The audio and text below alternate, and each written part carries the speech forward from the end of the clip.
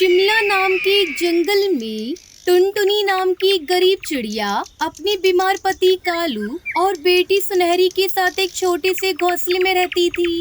टुनटुनी चिड़िया शहर के जंगल में एक ढाबे में काम करती थी, लेकिन कुछ साल पहले एक दुर्घटना में कालू कौवे के सर पर चोट लगने के कारण वो कोमा में चला जाता है। तब से टुनटुनी चिड़िया अपनी बेटी और पति की देखभाल के लिए जंगल में आकर बस गई और वहीं पर रहकर मजदूरी करने लगी, जिससे उसे कुछ खास कमाई नहीं हो पाती थी। एक रोज जब वो काम से घर लौटी तो वो अपने पति कालू कौवे से कहती है, कालू जी, कोई तो ऐसा सवेरा निकल आए कि तुम अपनी इस नींद से जागकर मुझसे और अपनी बेटी से बात कर पाओ। अपनी इस नींद से जागो कालू जी, तुम्हारी बेटी और तुम्हारी टुनटुनी तुम्हारी ढेर सारी बातें सुनने के लिए बेकरार है। इसके बाद टुनटुनी चिड़िया मजदूरी के मिले हुए पैसों को अपनी जमा पूंजी में मिलाते हुए कहती है, इतने महीनों की बचत के बाद मेरे पास अभी तक केवल 20,000 रुपए ही जमा हो पाए हैं। ना जाने कब ये 2 लाख होंगे और मैं अपने कालू जी का इलाज करवा पाऊंगी। ये कहते हुए टुनटुनी चिड़िया की आंखें नम हो गईं। ऐसे ही एक रोज स्कूल से लौटते समय सुनहरी चिड़िया अपनी माँ से कहती है, वाह, कितनी अच्छी खुशबू आ रही है। ये क्या है माँ? बिटिया, इसे तंदूरी पनीर टिक्का कहते हैं, जो कि तंदूर में बनता है। माँ, मुझे भी ये खाना है। अच्छा, मेरी गुड़िया को ये खाना है। टुनटुनी चिड़िया बंटी कबूतर के ढाबे पर जाती है। बंटी भैया, पनीर टिक्का कैसा दिया? अरे 300 रुपए प्लेट है टुनटुनी। तेरी हैसियत नहीं है इसे खाने की और ना ही तेरी इस बेटी की। बोल, दूं क्या? क्या 300 रुपए? नहीं भाई, रहने दो, ये तो बड़ा महंगा है। चल सुनहरी, घर चल, फिर कभी पनीर टिक्का खा लेना। टुनटुनी चिड़िया सुनहरी को लेकर घर आ जाती है। घर आकर वो नमक के साथ अपनी बेटी को चावल परोस देती है। सुनहरी, ले बेटी, खाना खा ले। माँ, रोज रोज मैं ये नमक के चावल खाकर पक चुकी हूँ। आपको पता है, जब मैं बंटी काका के ढाबे के सामने से गुजरती हूँ ना, तो मुझे पनीर टिक्के की बहुत अच्छी खुशबू आती है। मेरा भी बड़ा मन करता है पनीर टिक्का खाने को। माँ, क्या हम गरीबों के नसीब में पनीर टिक्का नहीं होता? क्या हमें उसकी खुशबू से ही मन भरना होता है? अपनी बेटी की बात सुनकर टुनटुनी चिड़िया की आंखें नम हो गईं। फिर वो बाजार जाकर थोड़ा सा पनीर ले आई। फिर उसने मिट्टी का तंदूर बनाया और उस पर सीक लगाकर पनीर लगा दिए। कुछ ही देर में पनीर टिक्का बनकर तैयार हो गया। टुनटुनी चिड़िया ने वो पनीर टिक्का सुनहरी को खाने को दिया। ले सुनहरी, मेरी बेटी को पनीर टिक्का खाना था ना, ये ले बेटा, अच्छे से पेट भरकर खा ले। पनीर टिक्का देखकर सुनहरी चिड़िया के चेहरे पर मुस्कुराहट आ गई। फिर जैसे ही उसने उसे मुंह में डाला तो उसका स्वाद चखकर वो तो हैरान ही रह गई। वाह माँ, ये तो बड़ा ही स्वादिष्ट है। सचमुच आज तो मजा ही आ गया। तभी टुनटुनी चिड़िया की दोस्त रानू चिड़िया वहाँ आती है। टुनटुनी चिड़िया उसे भी वो पनीर टिक्का खाने को देती है, जिसे खाकर रानू चिड़िया हैरान रह जाती है।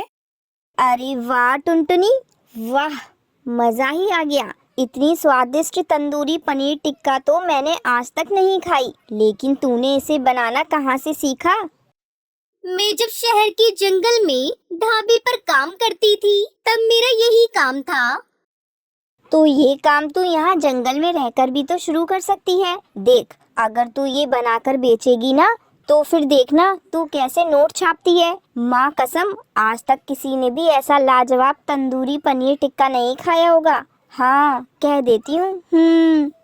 रानू चिड़िया की ये बात टुनटुनी चिड़िया को बहुत पसंद आई, लेकिन उस काम को शुरू करने के लिए उसे कुछ पैसों की जरूरत थी। पर इस काम के लिए पैसों की जरूरत होगी। मेरे पास जमा पूंजी के नाम पर केवल वो पैसे हैं जो मैंने कालू जी की लाश के लिए रखे हैं। देख टुनटुनी, अगर तूने ये काम शुरू कर दिया ना, तो उन पैसों से 4 गुना पैसा कमाएगी। अगर ऐसा नहीं हुआ ना, तो तू अपने डूबे हुए पैसे मुझसे ले लियो। और हाँ, बस मुझे भी अपने साथ काम पर रख लियो यार। अपनी दोस्त की बात मानकर टुनटुनी चिड़िया ने तंदूरी पनीर टिक्के का काम शुरू कर दिया और उसने ऊपर वाले का नाम लेकर मिट्टी का बड़ा सा तंदूर लगाया और उसमें पनीर टिक्का बनाकर बंटी कबूतर के दाम से आधे दाम में बेचने लगी। तंदूरी पनीर टिक्का ले लो, सस्ते और अच्छे दाम में ले लो, ताजे ताजे पनीर टिक्का ले लो, एक बार आओगे तो बार बार खाओगे। टुनटुनी चिड़िया की आवाज सुनकर सुंदरी कौवी उसकी ठेली पर आती है। अरे बहन, कैसे हैं पनीर टिक्के की प्लेट? 150 रुपए प्लेट बहन जी। बोलिए बहन जी, कितनी प्लेट दूं आपको? ठीक है, 2 प्लेट लगा दो। अरे वाह, क्या लाजवाब स्वाद है इसका। इतना स्वादिष्ट तो मैंने आज तक नहीं खाया। देखते ही देखते उसके पास पक्षियों की भीड़ लगनी शुरू हो गई। बंटी कबूतर के सभी ग्राहक पक्षी अब टुनटुनी चिड़िया के पास ही आने लगे। साथ ही टुनटुनी चिड़िया की दोस्त रानो चिड़िया आसपास के ढाबों, रेस्टोरेंट, होटलों से भी ऑर्डर लेकर आने लगी। रानो चिड़िया पढ़ी लिखी थी, इसलिए उसने ऑनलाइन ऑर्डर लेना भी शुरू कर दिया। कुछ ही महीनों में टुनटुनी चिड़िया ने अपना खुद का ढाबा खोल लिया, जिससे उसकी कमाई और ज्यादा होने लगी। टुनटुनी चिड़िया ने कालू जी का इलाज शहर के अस्पताल में करवाया, जहां कालू पूरी तरह ठीक हो गया।